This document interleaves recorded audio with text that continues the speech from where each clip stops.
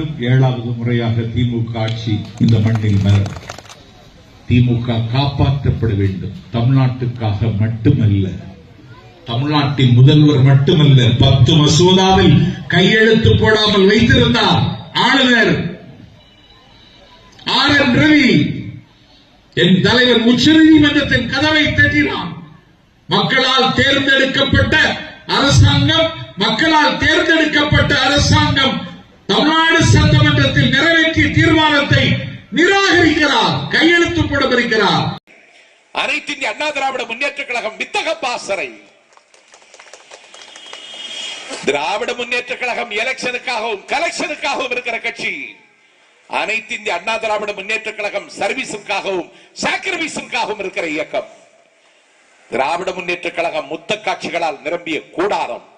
அனைத்து இந்திய அண்ணா திராவிட முன்னேற்ற கழகம் இரத்த சாட்சிகளால் வியாபிக்கப்பட்ட லட்சிய மாளிகை இந்த மாளிகை.